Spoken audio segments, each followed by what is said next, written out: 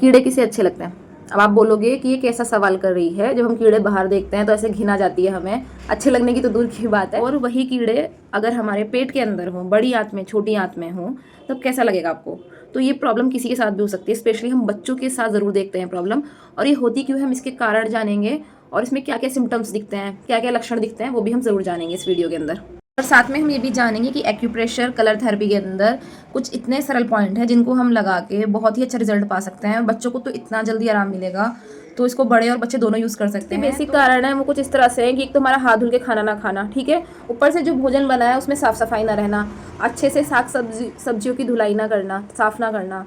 और सबसे बड़ा कारण तो यही कि हम अगर वॉशरूम गए या हम खाना खाने जा रहे हैं तो हमने अपने हाथ को ठीक से नहीं धुला है। तो ये कुछ बेसिक से कारण है। या जो आप पानी पी रहे हैं वो पानी का साफ ना होना, मतलब जितना एक नॉर्मल वाटर होना चाहिए साफ, उतना साफ होना। तो इस तरह के कुछ बेसिक कारण हैं। और आइए अब जानते हैं इसके सिम्टम्स क्या क्या हो सकते हैं। तो इसका जो अब तक मैंने सबसे बेसिक सिम्टम देखा है, सिम्टम्स तो बहुत सारे हैं, लेकिन जो मैंने अभी तक पाया है बच्चों के अंदर, खासतौर पर बच्चों में मैंने देखा है, बड़ों में भी रहता है, क्या होता है कि चत्ते चत्ते पड़ जाता है फेस पे और हाथ वाथ पे। स्पेशली मैंने फेस पे देखा है कि अजीब तरह से हल्के हल्के वाइट वाइट पैचेस से पड़ जाते हैं और चेहरा एकदम डल डल रहता है। तो ये सबसे बड़ा कारण जो मैंने देखा है पेट में कीड़े होने का।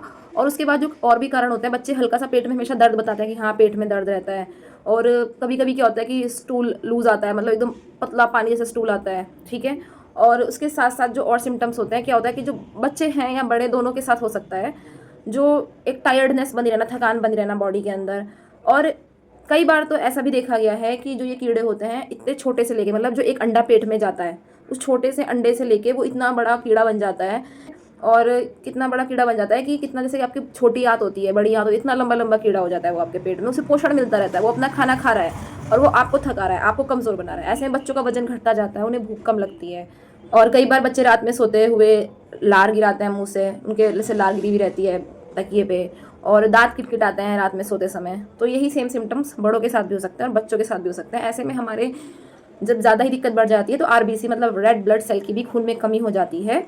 तो इस तरह के कई सारे सिम्टम्स दिखते हैं। तो आप भी देख सकते हैं कि क्या ये सिम्टम आपके साथ हो रहे हैं या फिर अपने बच्चों के साथ हो रहे हैं। और एक जो सबसे खास सिम्टम मिलता है स्पेशली बच्चों के अंदर जो मिलता है, वो तो बोल नहीं सकते हैं। तो क्या होता है, उनके एनल के रास्ते पे इचिंग होती है। एनल का रास्ता मतलब जहाँ से हम मल त्याग करते हैं, तो वहाँ पे उनको इचिंग होती है, बार बार अपना हाथ वहीं पे ले जाता है। आपको करना क्या है, ब्लैक स्केच कलर लेना है, जो बच्चे यूज़ करते हैं वो वाला स्केच कलर लें, परमानेंट मार्कर का यूज़ ना करें। और उसके बाद आपको अपने लेफ्ट हैंड के इंडेक्स फिंगर पे 4 पॉइंट लगाने हैं।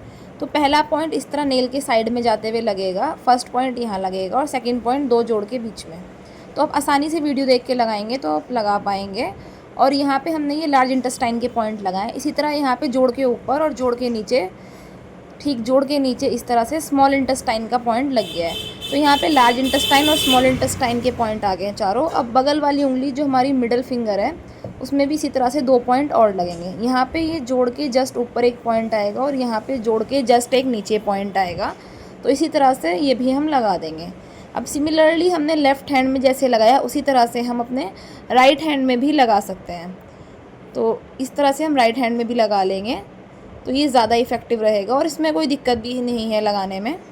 कलर थेरेपी डे टाइम में ज़्यादा इफेक्ट करती है, तो आप इसे दिन के समय सुबह लगा लें, 10 से 12 घंटे लगा रहने दें। कुछ दिन इसको लगातार लगाएं और आपको इसका बहुत ही अच्छा पेशेंट के ऊपर रिजल्ट मिलेगा। Thank you so much.